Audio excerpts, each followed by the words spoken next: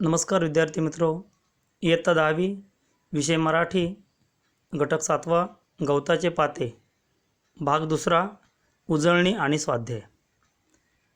आपण या व्हिडिओच्या माध्यमातून या पाठाचा स्वाध्याय आणि उजळणी जाणून घेऊ. सर्वात प्रथम आपण उजळणी पाहू. आपण प्रस्तावनेमध्ये जाणून घेतलं गवताचे पाते या पाठाचे लेखक आहेत वि. स. खांडेकर, आणि वि. स. खांडेकरांचा आपण परिचय जाणून घेतला. वि. स. खांडेकर हे मराठीतील असे नामवंत किंवा निवडक साहित्यिक आहेत ज्यांना ज्ञानपीठसारखा अतिशय साहित्य क्षेत्रातील देश पातळीवरचा सर्वात मानाचा पुरस्कार प्राप्त झाला आहे. 1974 साली त्यांना ज्ञानपीठ पुरस्काराने सन्मानित करण्यात आलं. त्याचबरोबर भारत सरकारने त्यांना पद्मभूषण या पुरस्काराने देखील सन्मानित करण्यात आलेलं आहे. अशा प्रकारे वि. स. खांडेकर त्यांचा आपण परिचय जाणून घेता. विपुल प्रमाणात त्यांनी साहित्य लेखन केलेलं आहे. आणि या पाठामध्ये रूपक कथा आलेली आहे. आणि रूपक कथा म्हणजे खांडेकरांनी मराठी कथेला दिलेली देणगी आहे असं आपण जर म्हटलं ते वावगं ठरणार नाही. कारण रूपक कथा हा साहित्य प्रकार मराठीमध्ये रूढ करण्याचं काम हे खांडेकरांनी केलेलं आहे. आपले जीवनविषयक तत्त्वज्ञान आणि आदर्श मूल्ये यांची मांडणी खांडेकरांनी रूपक कथांमधून केली आहे. सुवर्णकण, क्षितिज स्पर्श, वेचलेली फुले हे त्यांचे रूपक कथासंग्रह आहेत. यापैकी सुवर्णकण हा खलील जिब्रान यांच्या रूपक कथांचा अनुवाद आहे. प्रस्तुत कथा ही त्यातीलच एक आहे. खांडेकरांनी सृष्टीतील पाने आणि गवताचे पाते या घटकांच्या रूपकांमधून माणसाचे विविध प्रवृत्ती, भावभावनांचे दर्शन या रूपक कथेतून केले. म्हणजे गवताचं पात्याचं रूपक हे मानवी स्वभावाला देऊन मानवी स्वभावाचं अतिशय उत्तम अशा प्रकारचं वर्णन, भावभावनांची मांडणी या रूपक कथेतून केलेली आपल्याला पाहायला मिळेल. या ठिकाणी बालपणापासून आपल्याला कथा खूप आवडतात आणि कथेचे अनेक प्रकार आहेत, ज्यामध्ये विज्ञान कथा असतील, ऐतिहासिक कथा, जातक कथा, साहस कथा, रहस्य कथा, असे अनेक कथेंचे प्रकार आहेत. त्यापैकी एक प्रकार म्हणजेच रूपक कथा होय.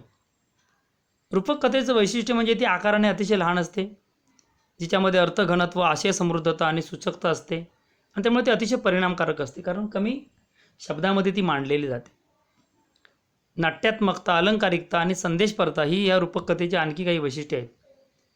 रूपक कथेतून वाच्यार्थ क्षणोक्षणी अंशतः कमी होत जाऊन लक्ष्यार्थ प्रभावीपणे सूचित होतो.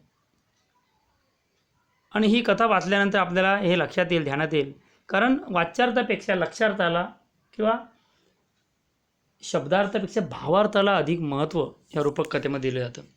या ठिकाणी या प्रस्तुत पाठामध्ये बघा एक रूपक कथा आहे, आणि रूपक कथेतून मानवी भावभावनांचं वर्णन किंवा चित्रण किंवा दर्शन या पाठातून केलेलं आहे. हिवाळा नुकताच सुरू झाला आहे. आपण पाहिलं झाडावरून एकामागोमाग एक पिकलेली पानं गळून पडत आहेत.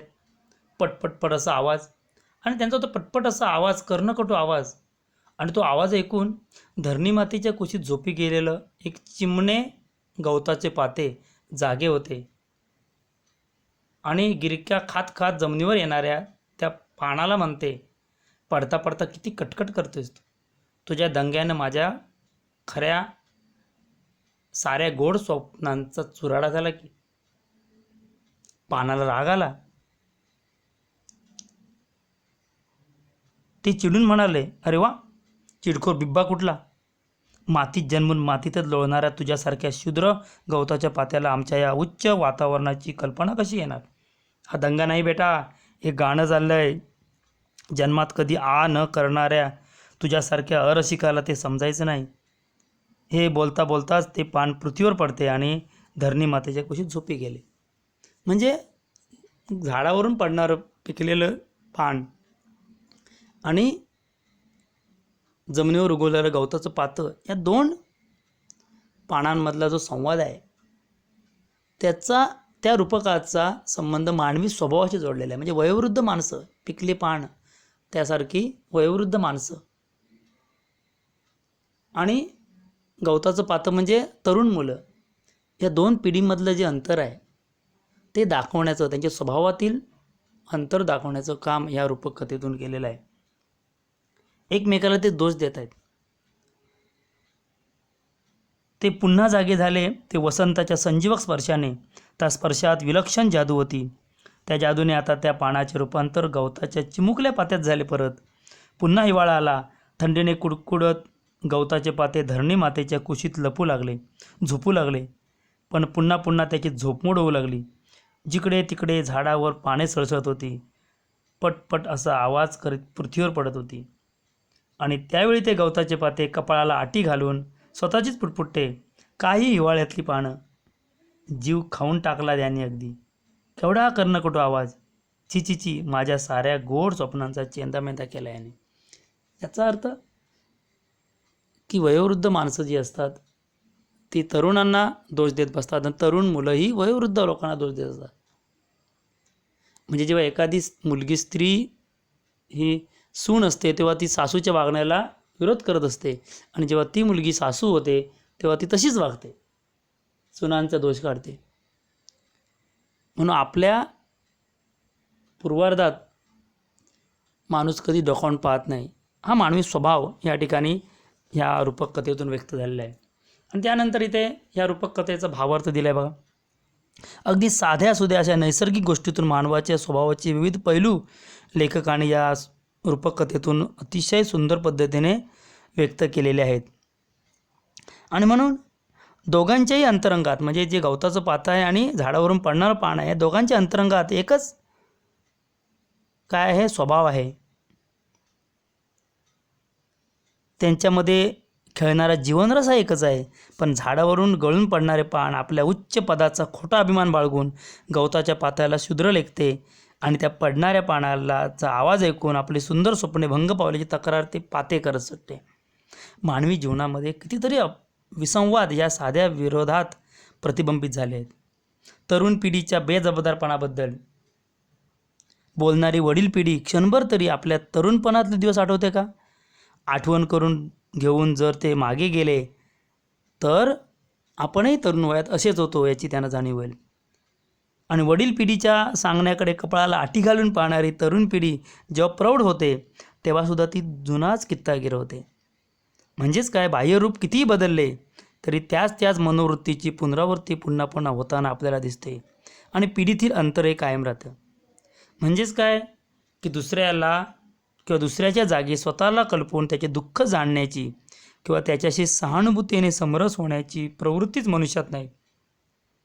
म्हणजेच काय, मालक आणि मजूर या दोघांच्या स्थानांची जरी अदलाबदल केली तर त्यांच्या स्वभावात काही फरक पडणार नाही.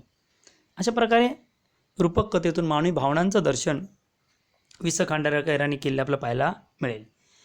ठीक आहे, आपण आता स्वाध्यायाकडे वळूया. स्वाध्याय गवताचे पाते.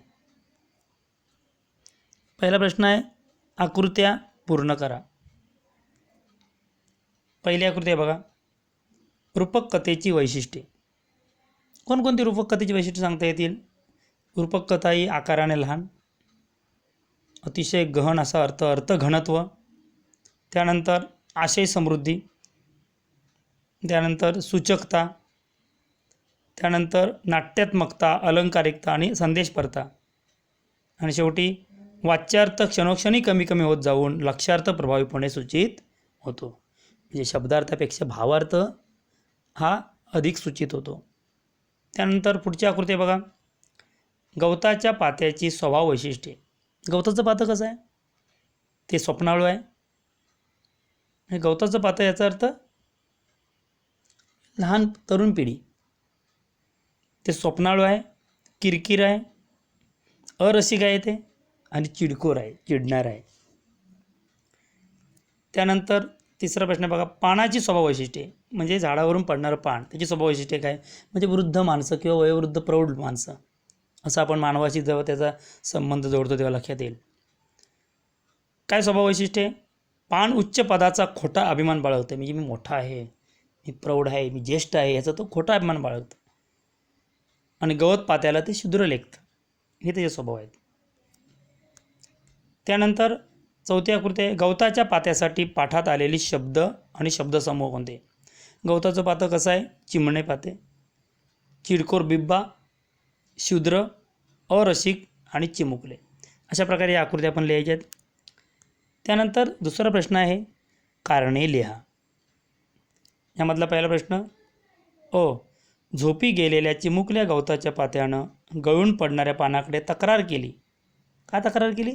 कारण झोपी गेलेल्या चिमुकल्या गवताच्या पात्याने गळून पडणाऱ्या पानाकडे तक्रार केली, कारण त्याची झोपमोड होऊन त्याच्या गोड गोड स्वप्नांचा चुराडा झाला. दुसरा प्रश्न आहे अरसिक गवताच्या पात्याला गाणं समजणार नाही असे गळून पडणारे पान त्याला म्हणाले. कारण काय? कारण त्याने आयुष्यात गाणे म्हणण्यासाठी कधीच सुद्धा केला नव्हता, म्हणजे ते अरसिक होतं. ही आहे बघा, वसंताच्या संजीवक स्पर्शाने पानाचे रूपांतर चिमुकल्या पात्यात झाले, कारण त्या संजीवक स्पर्शामध्ये विलक्षण जादू होती, वसंताची जादू होती. तिसरा प्रश्न आहे बघा, खालील शब्दातील अक्षरांपासून अर्थपूर्ण शब्द तयार करा. इथे तुम्हाला शब्द असे दिले जातील, बेजबाबदारपणा. काय होईल तयार? बेजबाबदार, दार, बाब, दाब, बाज, जर, दाबा, बाबर असे अनेक शब्द तयार होतील अर्थपूर्ण. नंतर धरणी माता. काय होतील शब्द तयार बघा? धरणी, माता, रणी, मार, रमा, तार, धर, धणी. अशा प्रकारे शब्द अक्षरं जोडून शब्द तयार करायचे आहेत. नंतर बालपण बघा, काय शब्द तयार होतील? बाल, पण, बाण, बाप, लप.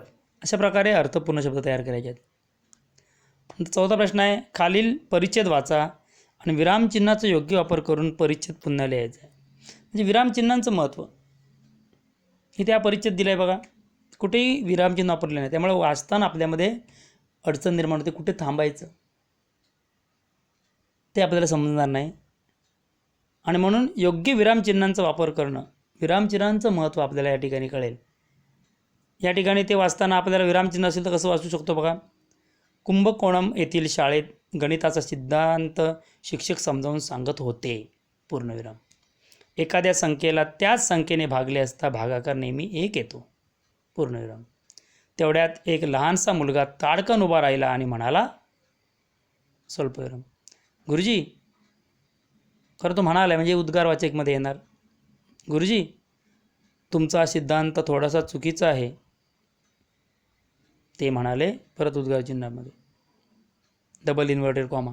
ते म्हणाले, तुझे म्हणणे स्पष्ट करून सांग पाहू. इथे उद्गार चिन्ह. यावर तो मुलगा धीटपणे म्हणाला, अवतरण चिन्हामध्ये बघा परत, सर शून्याने भागले तर.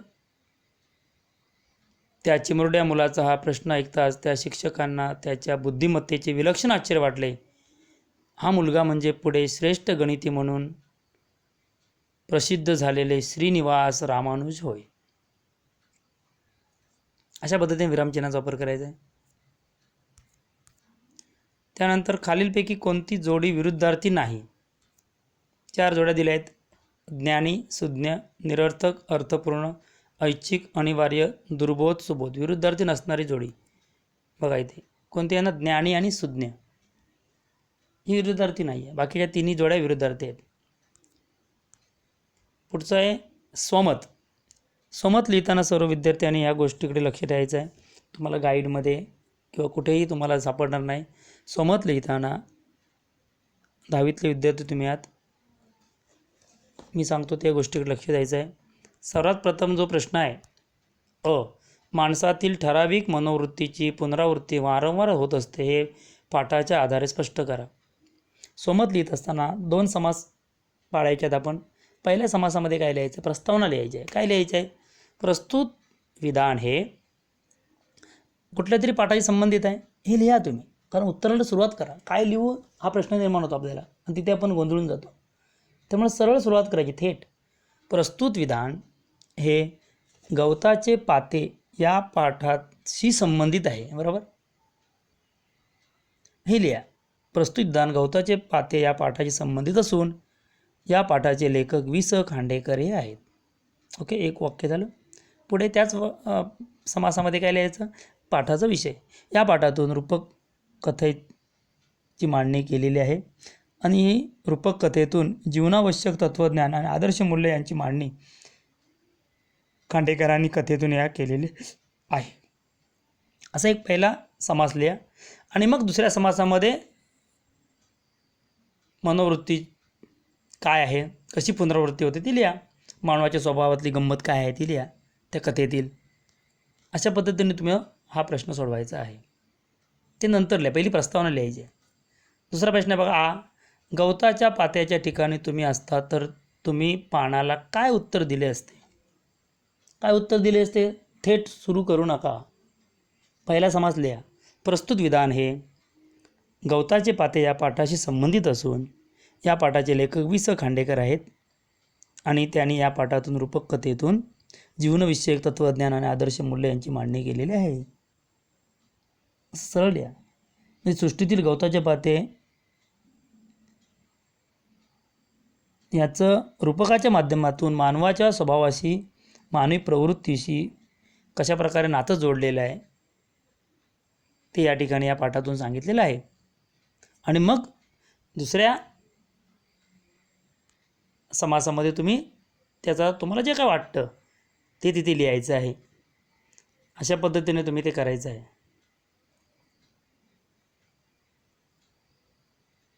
त्यानंतर तिसरा प्रश्न आहे बघा, गवताचे पाते व पान यांच्या स्वभाव वैशिष्ट्यात बदल झाला अशी कल्पना करून कथेचं पुनर्लेखन करा. म्हणजेच काय की तुम्ही कल्पना अशी करा की गवताचं पातं आणि पान हे स्वभाव आपापसात भांडतायत ना, म्हणजे वृद्ध माणसं आणि तरुण पिढी याच्यामध्ये विसंवाद आहे म्हणून वाद निर्माण होते, भांडण लागते ना, एकमेकाला दोष देत आहेत.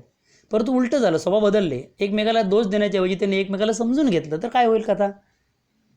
असं समजून आपण ती कथा लिहायची आहे. कसं होऊ शकेल बघा, हिवाळा नुकताच सुरू झाला होता, झाडावरून एकामागोमाग एक पिकलेली पानं गळून पडू लागली. पट पट पट त्यांचा तो पटपट असा कर्णकटू आवाज, तो आवाज ऐकून धरणी मातेच्या कुशीत झोपी गेलेलं एक चिमणे गवताचे पाते जागे झाले. नेहमीप्रमाणे गिरक्या खात खात जमिनीवर येणाऱ्या एका पानाला ते म्हणाले, अहो आजोबा, आजोबा केवढ्याने पडलात? लागलं बिगलं तर नाही ना? म्हणजे विचार करा, आपुलकीने विचारतंय. छे छे छे आजोबा, तुम्ही ठीक आहात ना? काय सांगू बाळा, इतका झकास तरंगत येताना सारखे वाटत होते की असेच खूप वेळ सुखाने तरंगत राहावे, पण आता वय झालं ना, काय करणार? मग ते गवताचं पातं म्हणतं, असं का बोलता? वय झालं म्हणता, पण तरुणपणी तुमचं मन तरुण आहे, तरुणांपेक्षाही तुमचं मन तरुण आहे. किती आनंदात आहात तुम्ही. हे ऐकत ते पान आनंदाने मातीत मिसळलं. बघा, काहीच वाद नाही झालं. अशा प्रकारे आपण ही कथा लिहू शकतो. ठीक आहे. त्यानंतर खाली दिलेल्या रूपक कथेचे भावार्थ तुमच्या शब्दात लिहा. इथे एक रूपक कथा दिली आहे बघा. काय दिली कथा ती? एक विचारू, उगवून नुसतेच काही दिवस झालेलं रोप गवताच्या महावृक्षाला लगतच्या महावृक्षाला म्हणाले. ते महावृक्ष म्हणतो, मलाही तुमच्यासारखं मोठं व्हायचं आहे. पण म्हणजे नुकतंच उगवलेलं रोप, छोटंसं रोप महावृक्षाला म्हणतं आहे, तुमच्या एवढं मोठं व्हायचं आहे, पण माझ्या सावलीखाली आता ते शक्य नाही हो ना. हो, अरे कितीतरी लहान झाडंही खूप सुंदर असतात. म्हणजे महावृक्ष सांगतोय, इतक्या पण वाढणं देखील सुंदरच आहे ना. ते रोपटं म्हणते छोटंसं. हो, आणि इतक्या उंचीवर आता खरं तर ही लहान झाडंच खूप सुंदर दिसतात, असं ते महावृक्ष म्हणतं आहे. ते महावृक्षाला त्या लहान झाडाचं कुतूहल वाटतं आहे आणि लहान झाडाला वाटतं आहे की मला मोठं व्हायचं आहे. आणि महावृक्षाला दूरवर जंगलातून वाट काढत येणारा एक लाकूड तोडा दिसला. बघा, इथे कथा संपली. म्हणजे महावृक्ष जरी ते मोठं झालं असेल तर त्याची दुःख त्याला माहिती, हे या ठिकाणी सांगितलेलं आहे. म्हणजे कथेचा भावात आपण काय घेऊ शकतो की रोप वृक्षाची कथा प्रत्येक जीवनात वेगवेगळ्या रूपात अवतरताना दिसते. लहान मुलांना मोठे व्हावंसं वाटत असतं आणि मोठ्या लोकांना मुंगी होऊन साखर खावंसं वाटत असतं. मोठ्या माणसांना काहीही करण्याचे, कुठेही जाण्याचे स्वातंत्र्य असते. मुलांना बंधने असतात. मुलांना वाटतं आम्हाला का बंधनं? थोडे बारकाईने पाहिले तर मोठ्यांना लाभणारे स्वातंत्र्य भ्रामक आहे. मोठ्यांना पोट भरण्यासाठी कामधंदा करावा लागतो. या काळात स्वातंत्र्य बाजूला ठेवावे लागते. मोठ्या माणसांना कायदे कानून नीती नियम पाळावे लागतात. पैसा खूप मिळाल्यावर सर्व सुखे उपभोगता येतील असं वाटतं. प्रत्यक्षात मात्र स्थिती उलटी असते. खूप पैसे मिळाल्यावर ते पैसे सुरक्षित ठेवण्याच्या चिंतेत माणूस घेरला जातो. रस्त्याच्या फुटपाथवर झोपणाऱ्या माणसाला कोणी चोर येऊन चोरी करेल याची भीती वाटते का नाही? पण बंगल्यात असणाऱ्या मालकाला सभोवती भक्कम भिंती बांधून घ्यावे लागतात. दारावर पहारेकरी ठेवावा लागतो. याचा अर्थ खूप पैसे मिळाल्यावर सुख मिळते हे खरे नाही. अशा प्रकारे आपण या कथेचा भावार्थ लिहू शकतो. ठीक आहे. अशा प्रकारे स्वाध्याय तुम्ही सोडवायचा आहे. धन्यवाद.